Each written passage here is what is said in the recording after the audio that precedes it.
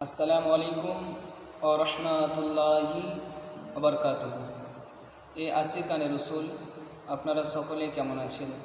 আশা করি আপনারা সকলে ভালো আছেন, সুস্থ আছেন। আপনাদেরকে আমি একটি খুবই গুরুত্বপূর্ণ বিষয় জানাতে চাই, শেয়ার করতে চাই।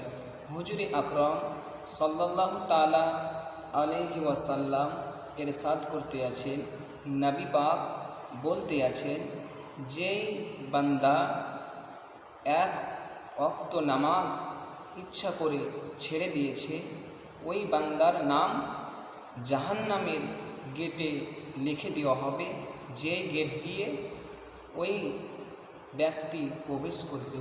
আল্লাহু আকবার। তাহলে আমাদেরকে কি করতে হবে? ওই নামাজটাকে আদায় করতে হবে এবং অন্তর থেকে তওবা করতে হবে।